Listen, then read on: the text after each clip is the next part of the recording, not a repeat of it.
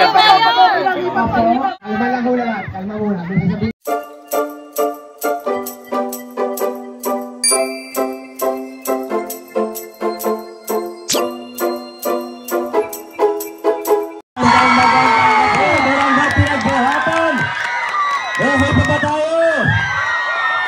Yung mga nandito po sa kaliwa, mataas pa tayo energy natin.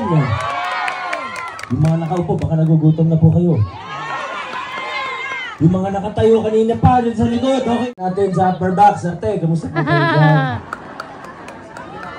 Akala ko may nakukuryente doon kanina. Merry Christmas po sa inyo. Ay po, may nakatayo, ay, ang ganda naman ng pwesto yan, ng VIP seats. Yung mga nandito sa likod ng tarp. Okay, magandang gabi. Maraming salamat sa napakainit na pagtanggap sa Giting ng Pasig. Maraming salamat po talaga. Yung mga pasayan pa, yung mga ibang kasama natin. Maraming salamat. Nakasulat, Mayor, thank you for making versus, ano yun? Making us proud. Ano ba yan? Ala ko, letter B eh. Us pala, ala ko versus. Maraming salamat. Ba't yung tsura ko dyan? Parang pilyo. Huwag kayong maniwala dyan, mabait po talaga ako. Maraming salamat. Alam nyo, ang layo na po ng narating natin bilang isang lungsod. Noong 2019, nung bumibisita po kami ni Congressman Roman dito, hindi pa ganito kasaya. Aminin nyo po, marami sa inyo, medyo kinakabahan pag dumarating kami ni Cong Roman noong 2019. Lalo na yung mga opisyalis ng mga iba't ibang samahan. Pag dumarating kami talagang kinakabahan, natatakot. Madalas sinasabi po sa amin, Konsi, Vico, pasensya na. Kong, pasensya na. Pag nakita kasi may picture na magkasama tayo, wala nang bayong yung organisasyon namin. Minsan sinasabi, naku, yung anak ko na scholar, baka mawalan ng scholarship. O, mas madalas namin naririnig, naku, hindi tayo pwede makitang magkasama. Baka pag-initan ako ng City Hall, baka pag-initan ako ng barangay. Madalas po namin marinig yan. Pero ngayon, fast forward, 2025 na po ngayon. Tinalikuran na natin yung estilo ng takutan. Inayawan na natin yung palakasan system. Simbolo natin dito, wala na pong iba, kundi ang ating pamaskong handog. Paboritong simbolo natin ng pagbabago. Nakatanggap po ba tayo ng... Yes! Pero ang totoo, ito po, simpleng halimbawa lang naman yung pamaskong handog. Ano? Maliit na bagay kung tutuusin. Pero malalim yung pinanggagalingan natin dito. Malalim yung hugot natin sa pamaskong handog. Ang ginawa po natin ngayon, sa simpleng halimbawa na ito, pinakita po natin sa bawat isa na pwedeng magkaroon ng pamahalaan na pantay-pantay ang tingin sa bawat isa. Hindi tayo tatakutin basta para sa atin, wala nang maraming kondisyon pa. Hindi tatanungin kung sinong kasama mo sa politika, hindi tatanungin kung kakampi ka o kalaban, basta ikay residente ng Pasig, pare-pareho tayo, pantay-pantay tayo sa mata ng ating pamahalaan. Hindi po biro yung mga pinakilala nating pagbabago. Nabanggit ko yung tinapos natin yung takutan, palakasan. Pero alam nyo naman po, yung pinakamatinding pagbabago na ginawa natin simula 2019 ay yung paglilinis ng pamahalaan natin. Kaya alam nyo sa totoo, hindi tayo dapat magulat kung may iilan na parang gigil na gigil. Narinig yung sinasabi ni Vice Mayor Dodot kanina, di ba? Mga namumuhunan. Hindi lang milyon kundi bilyon. Sa totoo, medyo kulang pa po yung nabanggit ni Vice Mayor kanina kasi nabanggit niya yung mga pinamimigay na ayuda. Totoo po yung sinabi niya, sobrang laki na po yun. Baka umaabot na po ng bilyon yun pag kinumpute, pag kinuwenta natin. Pero, pwede natin sabihin na sige, nakakatulong naman. Pero yung mga iba pang gastos, billboard, alam niyo kung magkano ang billboard? Sa C5, kung nadadaan po kayong C5, wala kang makukuha doon na billboard na 100,000 or 200,000 pesos lang. Alam po namin kasi nakikita po namin yan kung magkano dinideclare sa tax ng mga kumpanya na nagmamayari ng billboard. Wala kang makukuha na 100,000, 200,000. Pag gantong umaabot ng milyon yun kada buwan. Billboard pa lang yun. Ano pa yung ibang gastos? Ano pa yung mga nababalitaan ng mga nakaipit-ipit? May nabalitaan po ba kayong gano'n? Kanina may nabalitaan kami ni Kong, hindi kasi hindi pa namin confirm. Confirm po ba yun? Magkano po? 500? Meron? 1K meron? Totoo ba yan? May narinig ako kanina, 1.5 daw. Totoo po ba yan? Kanino binibigay? Inaabot lang, ganun? Sa Toda po. Diba? May 1.5 pa daw. So baka sabihin nung na 500 lang natapto ka, parang nalugi ako. Mali. Pero sipin niyo po kung ilan yung binibigyan. Nasa 1 million lang pasigil nyo ngayon. Ang rehistrado, nasa halos 500,000. Lahat isipin na lang natin, bakit? Anong meron sa pamahalaan? Kasi kung gusto mo talaga tumulong, hindi tumulong ka sa maayos na paraan. Maggawa ka ng scholarship pa na, siguro maaaring ginagawa rin nila, pero yung mga billboard, diba hindi na alam naman po siguro natin, hindi na natin kailangan maging henyo para maintindihan kung bakit gastos ng bilyon para sa politika.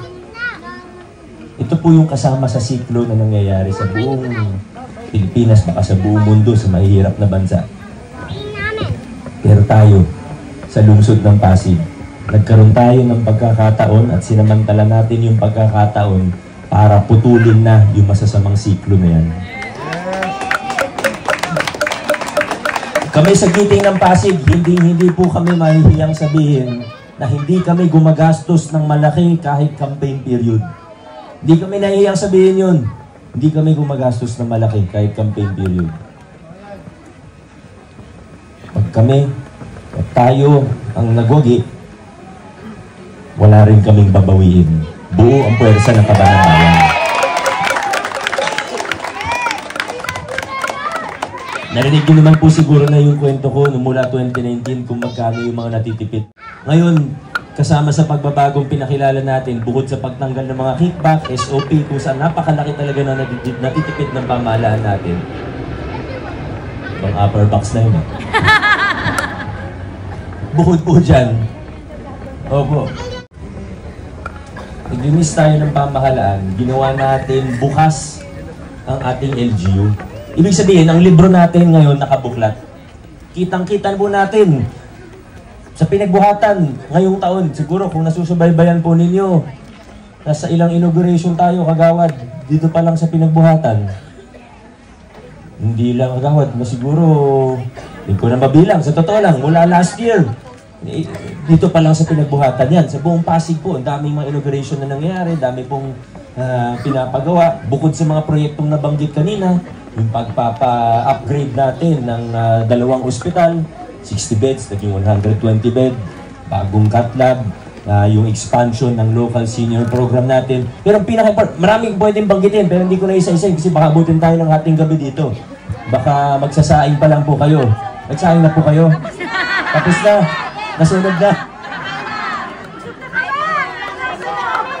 O hanggang madaling araw tayo dito, gusto nyo? Huwag naman. Inuubo na nga ako eh. Kailangan din natin magpahinga paminsan-minsan. Overnight tayo dito, gusto nyo? Ate, kanina mo pa ako niloloko. Ginawa natin transparent. Ngayon, kita natin kung hindi lang kung magkano hanggang sa huling sentimo, nakita natin sidewalk, drainage, building. Alam nyo kung magkano hanggang sa huling sentimo. Pero hindi lang po yun. Kita nyo rin yung breakdown. Pwedeng tingnan, kahit program of work na, pwedeng tingnan. Kita nyo rin yung proseso na hindi yan luto, na kung sino lang yung kaibigan, dyan binibigay. Hindi po. Tinanggal natin yung kickback, binuksan yung proseso, dumadaan sa tama at legal na proseso. Kitang-kita po, walang nakatago. Ngayon, pwede magtanong ang tao. Pwede magbigay ng feedback. Pwedeng magreklamo. Pwede kaming puriin. Pwede kaming punahin. Pwedeng positibo, negatibo na feedback. Okay lang po, kasama yan sa trabaho namin. Pag may tanong, kunwari, bakit umabot ng 9 billion ng City Hall project? Pwede kaming tanongin, hindi po minamasama yan. Karapatan yung malaman. Kailangan ipakita namin na tama yung ginagawa. O ito yung proseso, ito yung ginagawa natin. Ito yung dahilan. Ito yung rasyonale natin. Kaya natin ginagawa to. Di ba? Pwede natin pag-usapan yan. Pero ito po tanong ko kasi alam ko, mga taga rito, halos lahat po kayo matatagal na pong nakatira dito. Tama po ba? Sino po sa inyo ay 100 years na pong nakatira dito sa sumobra ba yung tanong ko? At teka, sige, huwag naman gano'n. Sino po sa inyo naabutan niyo po yung City Hall na 3 palapag pa lang? Marami. Ayan. Naalala niyo po ba? 3 floor lang yan. Sino po sa inyo naabutan niyo po yung octopus? Yung kabibe? Ayan. Ako hindi ko na naabutan yung mga yan. Yung mga nagtaas ng kamay, karamihan po mga senior na ba? Sino po mga senior high school na po kayo, Nay? Ito, 3 floor dati. Naging 8 floors ang City Hall. Napakinabangan natin, magandang project yun. Pero ang tanong ko po sa inyo, sa lahat ng nagtaas ng kamay, na naabutan nyo yung pag-expand niya papuntang 8 floors, meron po ba dito, kahit isa sa inyo, na may alam kung magkano yung project na yun? Wala. Tayo ilang daan po tayo dito. Ilang beses ko na po yan natanong. Sa ilang meeting, nasa 1,000 na po yung natanong kong Pasigueño kung alam nila kung magkano. Naabutan nila yung project. Naabutan niyo po yung project. Hindi niyo alam kung magkano. Ni-research ko po. Tiningnan ko yung mga naiwan na libro o dokumento sa City Hall. Kasi naglipat tayo ngayon, di ba? Papunta sa temporary City Hall. Hinanungkat ko po lahat ng dokumento mula kung anong mahanap ko doon na 70s, 80s, 90s na libro. Ako mismo, nagkahanap ako. Pinahanap ko din sa city admin. Hindi alam. Pwedeng tama yung presyo, pwedeng mura, pwedeng mahal, or overpriced, hindi natin alam. Pero ngayon, mula sa pinakamaliit na project na 10,000 lang, hanggang sa pinakamalaking project na umaabot ng 9 billion, kitang-kita po natin. Alam natin ano tayo nakakarating dyan. Nabanggit ko na lang din yung City Hall. Alam kong excited na po ang bawat isa na makabalik na po siya kasi mas malapit po sa inyo yung City Hall site natin. Yung temporary, palayo kayo ng konti. Konting tiyaga-tiyaga lang, magugulat po kayo kung gaano kabilis po yung ipapagawa ito. Sana excited po ang bawat isa doon. Kasi alam nyo, yung 9 billion, yung project title kasi, New City Hall Project. Minsan ko lang, sa totoo, kanina ko lang nabanggit to sa Bagong Ilog, na ikwento ko lang ulit. Lubus-lubusin ko na. Nabanggit ko na lang din yung New City Hall para ma-excite din po tayo kung ano ba talaga yung project na ito. Itong project na ito ay magiging good for 100 years. Ibig sabihin, pakikinabangan ng Pasigueño to for 100 years. Para sa kanila naman talaga ito. Pero, ang tanong, ano bang kasama dyan? Kasi 9 billion, kung building lang yan, mahal po yan. Pero, ito pong ginagawa natin. Floor area ng building, 46,000 square meter. Ganyan kalaki. Ibig sabihin, pwede mag-expand ng maayos ang ating mga serbisyo. Hindi tayo, nakapunta kayo sa City Hall ngayon, di ba? May mga maze sa loob. May mga part na madilim, may part na tagpi-tagpi, magulo. Minamaximize natin. Hindi lumalaki ang Pasig. Kailangan maximize natin ang lupa natin. 46,000 square meters ng floor area. May plus, naghahanap ng mga open space kung saan sila pwede mag-practice ng mga sayaw nila. Kung saan pwede maglaro mga bata. Kulang na kulang yung plaza natin ngayon. Ilang libong square meter din yan ng plaza. Pero hindi lang po yan, 3 building yan na tower. 3 tower na mukhang isang building, pero 3 building po talaga siya. IT infrastructure kasama din po. Yung building mismo, baka nasa 5 billion lang, baka wala pa. Pero yung for IT infrastructure, road network, pati furniture and fixture, kasama po dyan sa presyo. Alam niyo, pag kunyari mababa, hindi sasama, yung pinaka-shell lang. Parang skeleton lang yung gagawin. Yan yung unang project. Next project, susunod na taon, maglalagay ng electrical. Susunod, dun yung interior fit out. Para hindi halata. Pero sa totoo, ganun din yun. Tayo, gusto natin transparent. Gusto natin kita ng bawat isa kung anong ginagawa natin. Kumbaga kung bibili ka sa labas, walang hidden charges. Ito na po talaga yun. Ngayon, hindi lang po yung mga nabanggit ko, pati furniture, fixture kasama. Pero ang maganda pa po, meron tayo dito na medical facility. Yung mga laboratorio natin, hindi lang para sa senior, kundi para sa lahat. Nandun po, meron maganda, state of the art po. Meron tayong senior citizen center.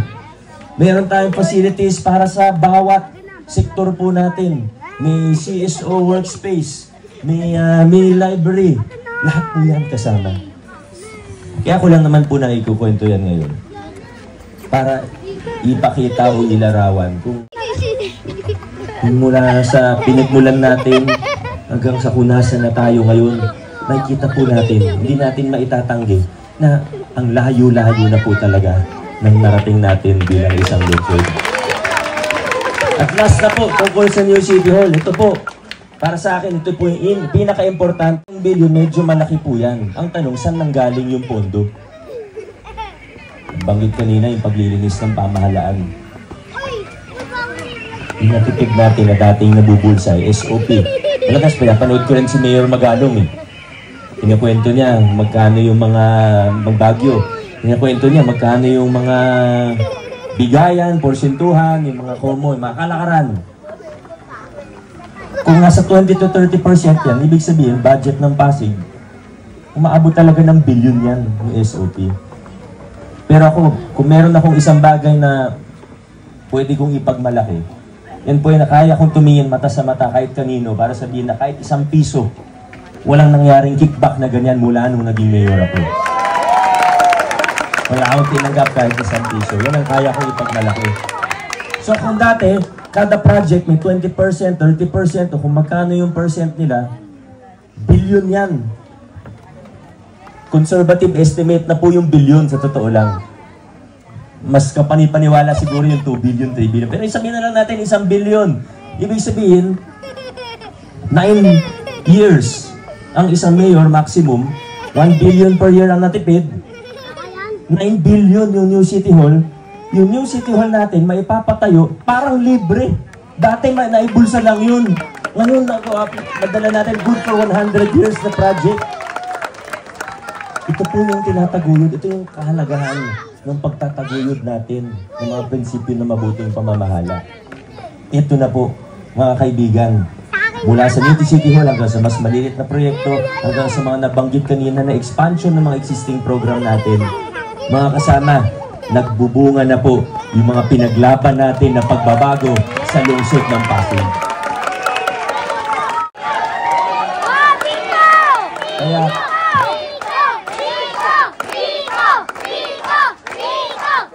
konting mga bata, konting katahimikan lang po. Hindi ko kayo kayang sabayan dahil ang sakit po ng lalamunan ko. Kaya napaka-importante po na yung mga kasama natin sa ating lokal na pamahalaan, mga kasama natin sa konseho, ay kaisa natin sa prinsipyo at direksyon. Sa congressman, walang problema. Kita naman natin, basahin nyo lang po yung pamaypay niya. Pag hindi na po kayo nainitan na, basahin nyo po yung pamaypay ni congressman natin. Ay congressman ng lungsod ng Pasig, ang kasangga natin mula 2019. Congressman Roman Romulo po yan. Pero mula 2022, laking pasasalamat ko sa Diyos at sa inyo dahil binigyan niyo ko ng kasangga sa Vice Mayor. Tandaan po natin, ang Mayor, isang tao lang. Meron akong hindi nakikita, meron akong hindi makakausap. Hindi ko naman kaya magtrabaho 24 hours sa isang araw. Kung kaya ko lang hatiin yung katawan ko, matagal ko na pong ginawa. Pero wala, may hangganan po tayo. May limitasyon po tayo. Pero sa tulong ng isang Vice Mayor na maayos at sa tulong ng mga konsehal, kumbaga kapareho po natin ng misyon, para akong dumadami. Vice Mayor natin, una sa lahat, napaka-professional. Hindi pala absent. On time parati. Kahit maaga, meeting kami, 7:30 AM. 7:29, nandun na po siya mga kaibigan.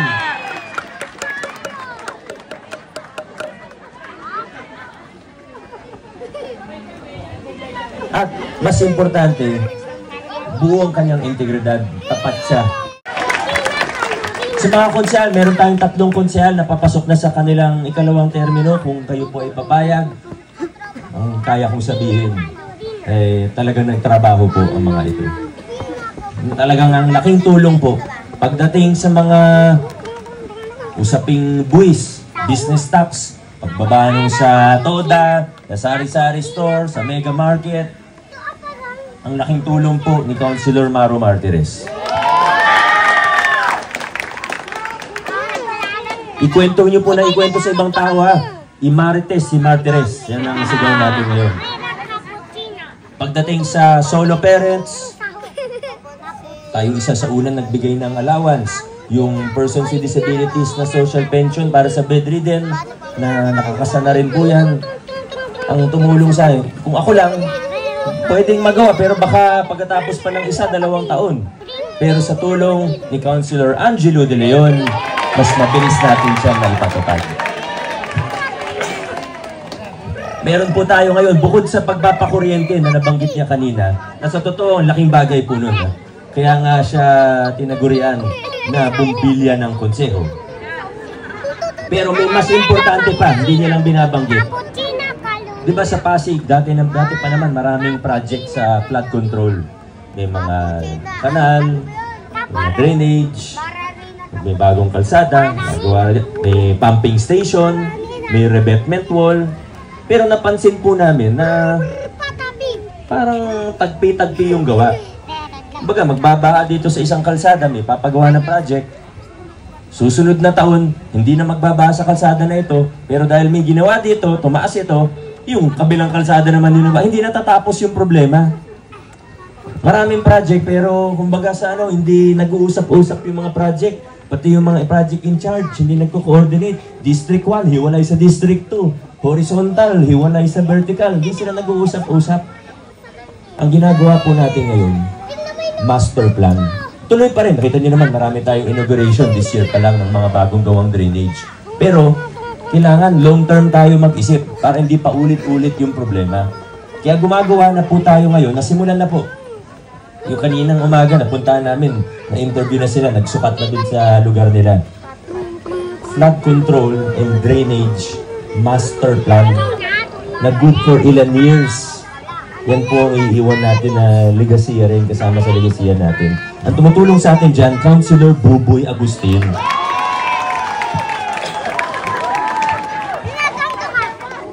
Sabi ni